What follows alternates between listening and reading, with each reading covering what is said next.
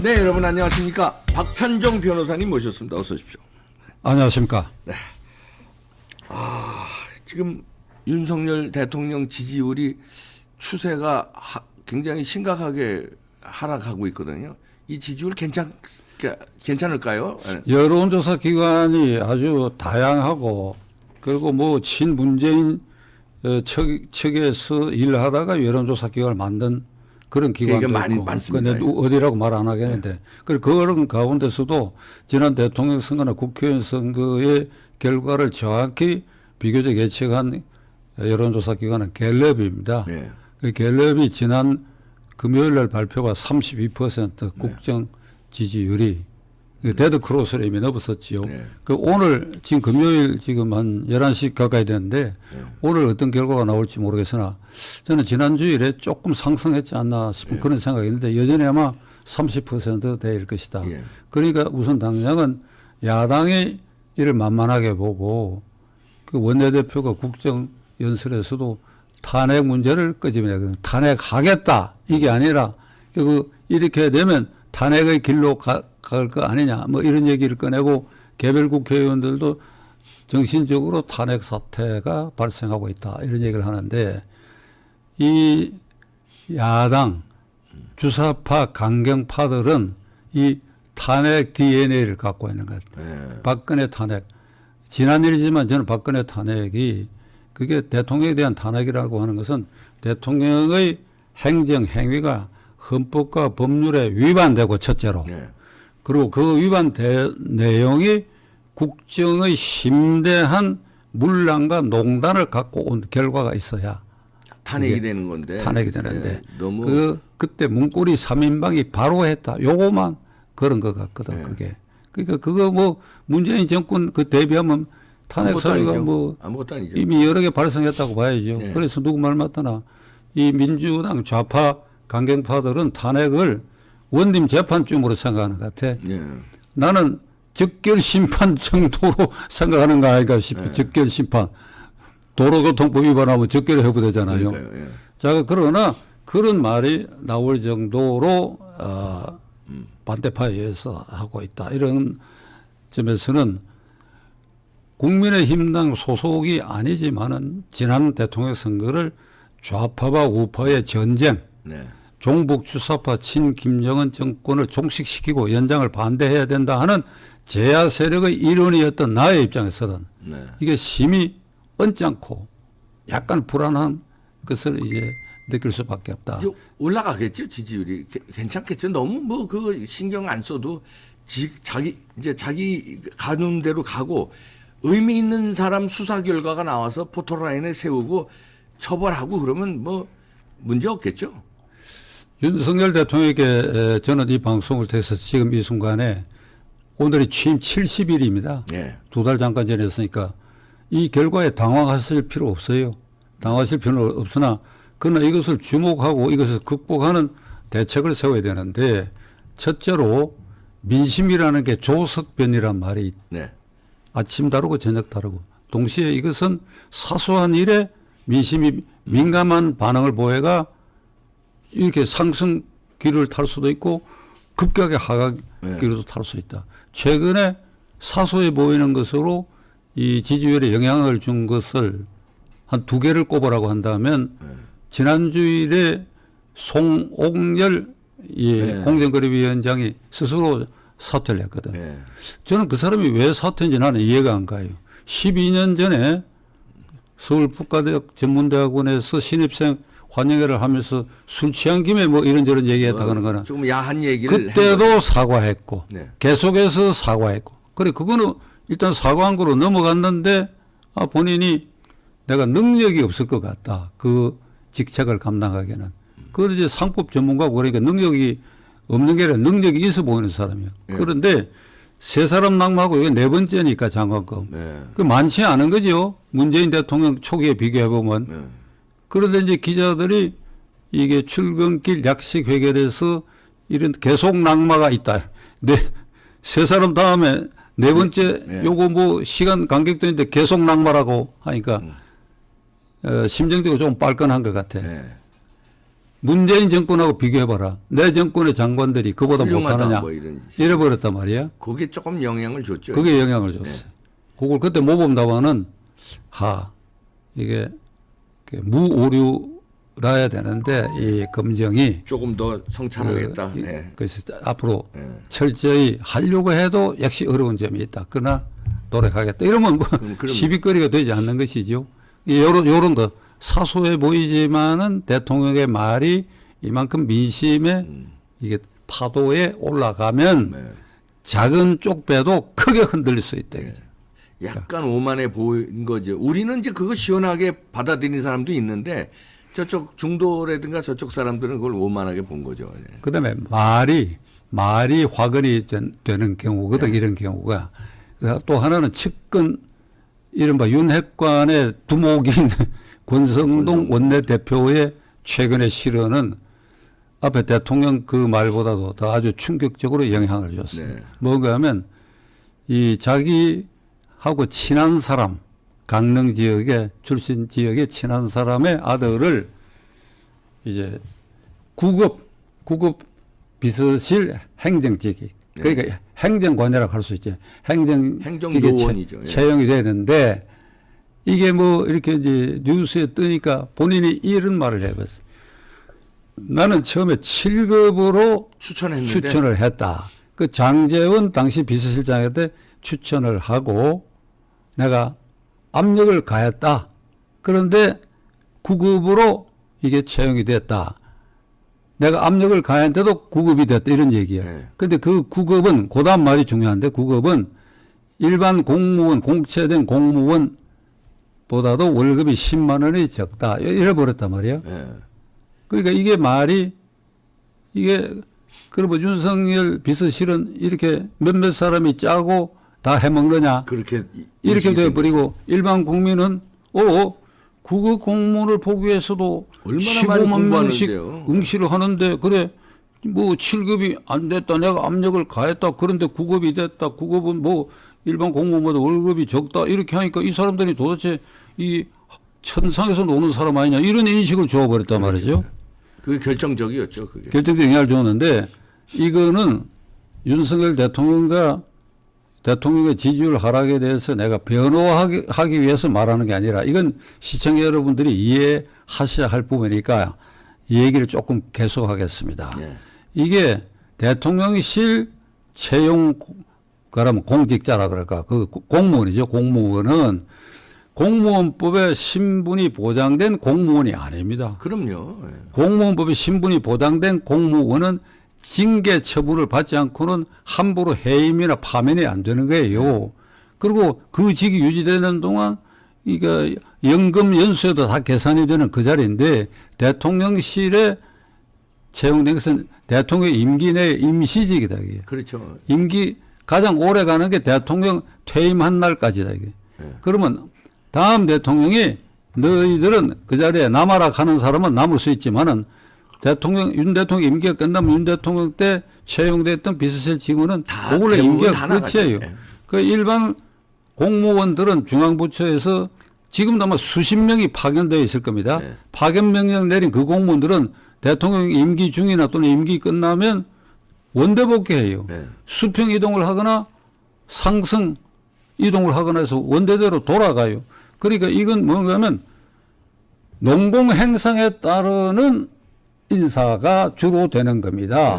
그리고 대통령이 운신하는데 이게 필요하고 그리고 믿을 만한 사람이 중심이 된다. 그러니까 주변에 추천을 받죠. 수석, 비서관, 행정관 이게 모두가 신분 보장이 안 되는 그런 자리다. 그런데 이걸 권성동 의원의 그 말을 가지고 이게 세상에는 법을 위반한 집단으로 몰아세워 가지고 이 강경 민주당이 그중에 고민정 의원 어느 방송국의 아나운서였던 고민정 의원이 어제도 대통령실 앞에서 이런 시위를 해서 인사 부정 행위를 밝혀라. 대통령은 사과하라.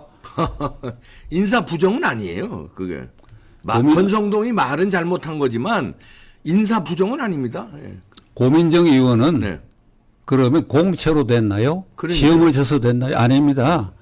문 대통령이 비서실을 꾸릴 때 하여간 누구의 추천인가를 받았겠지. 대통령이 알 수도 있고 누구에게 추천을 받아가지고 그거를 부대변인으로 스카우트 했잖아요. 네. 스카우트 했던. 그럼 본인 자신이 이게 정실이라고 하는 것은 아름아름으로 한다 소리니까 네. 그게. 그 정실로 청와대 근무하게 된 사람이. 그럼요. 정실로 청와대 근무하게 된 사람이 그래. 권성동 의원이 말이 좀 험했다고 해가지고 그 전체를 윤석열 대통령은 이게 불법한 인사를 채용했다. 아니죠. 그리고 우상호 같은 비상대책위원장은 이게 문고리 3인방의 이 활개를 치던 때 그렇게 탄핵 사유를 받는 때 하고 뭐가 다른 이렇게 나온대. 문고리 3인방은 행정관직에 임명된 후에 이제 3인방이라는 이름이 나오죠. 임명된 후에 그들이 발호했다 하는 것이 문제지 네. 그들이 채용된 것이 문제가 된 건 아니다 이 그렇죠. 말이야. 네. 그러니까 이걸 국민들이 가려서 해야 되고 동시에 이런 아주 각박한 상황이고 여소야대에서 그냥 흠만 있으면 트집잡이를 한다 하는 걸 염두에 두고 이게 대통령은 물론이거니와 권성동 같은 윤핵관들이 이게 말을 지극히 조심을 해야 된다. 네. 그래서 살얼음판 걷듯이 지금 70일을 넘기고 있는데 윤 대통령 앞에는 강력한 장애물이 도저히 쉽게 넘을 수 없는 장애물이 170석의 네. 야당. 그 야당도 성분을 따지면 170명 전부 그런 게 아니라 그중에 그 당을 주도하고 있는 강경파들. 주도 세력이 네. 종북 주사파 친 김정은 세력이고 선동의 귀재들이 네. 그 국회를 장악한다. 이게 2년 반 전에 민심의 심판을 받은 헌칼을 가지고 네. 3개월 전에 심판받아 새로 등장한 대통령에 대해서 헌칼로 가지고 조자로의 헌칼 쓰듯이 막 막말을 해대고 말이야. 약속도 안 지키고 개원 협상도 뒤처지게 하고 있다 하는 네. 이걸 대통령이 항상 염두에 둘 수밖에 없다. 이게. 어떻게 합니까? 여소야대의 저런 강경파, 좌파 강경파들이 장악하고 있는 여소야대 현상에서 내가 대통령이 됐다. 그 운명으로 받아들이고 이걸 어떻게 극복할 것인가 첫째로. 네. 그 다음에 강성노조 이게 민노총 당당한 대우조선에 지금 51일째 이게 터무니없는 불법 파업을 하고 있다 이 말입니다. 네. 그러니까 이런 요소들을 극복하는데 국회에서도 힘에 붙이고 그리고 이걸 돌파할 수단과 방법이 쉽게 찾아지지 않는다. 그러면 윤 대통령은 국민에게 설득해야 돼요. 국민에게. 국민에게 설득해서 국민의 이해와 양해를 구해서 그래야 그 지지 민심을 등에 업고 아니 그리고 나름대로 설득하느라고 도어스태핑 매일 하고 그러는데도 설득이 안 되고 저렇게 저 반대 공작에 선동에 넘어가서 이 지지율이 이렇게 떨어지는데 어떻게 설득해야 되겠습니까? 우선은 말이죠. 네. 이 도어 스태핑이라고 하는 거, 그 출근길에 약식 회견이라고 하는 거, 그것은 계속해야 됩니다. 네, 그건 계속 하고. 근데 그거 이제 인사 문제에 있어서 실언에 비춰진 그런 부분은 조심하면서 그걸 계속 하는데 예를 들면 인사 문제라든지 노사 문제라든지 좀 무거운 것에 대해서는 기자들에게 내가 11시에 기자실에 내려가겠다. 네. 이래가지고 참모들하고 인원을 해서 말을 정제시켜가지고 그리고 국민들에게 이걸 설득하는 겁니다. 이게. 그러니까 대우조선 그 노조 파업 문제에 대해서는 불법이니까 그 불법에 대해서 내가 어떻게 대응할 테니까 국민 여러분들이 이해를 해달라고 그러고 말이지. 네. 그걸 대통령이 전면에 나서서 팔을 걷고 국민을 설득하는 그런 노력을 보일 필요가 나는 있다고 봅니다. 네. 왜 그러냐 하면 지금 대통령 앞에 이 장애물 중에는 이게 이제 강성노조 그 다음에 그 좌파적 강경 여소 야대 현상이 네. 있는 데다가 초기 인사에 글쎄 이거 실패라고 얘기하기가 조금 민망한데 70일 된 정권에서 저는 이 내각 구성에 있어서 경제팀을 꾸렸는데 그 경제팀 꾸린 그 결과물이 나는 애석하지만 실패라고 봐요. 그러니까 경제가 제일이다. 이게 이제 취임 때부터 얘기하는 것이니까. 그러기 위해서 총리도 경제 전문가 나름대로 전문가라고 알려져 있지. 그러니까 경제학과 나오고 행정고시 재정직 합격하고 그런 그 한덕수 총리. 그다음에 김대기 비서실장 똑같은 길을 그 경제학과 나오고 행정고시 합격해서 경제부처에 근무했고 그다음에 경제수석 내 이름은 모르겠는데 그 똑같은 사람이야. 네. 뭐 그런 코스를 거쳐서 했고 그다음에 추경호요.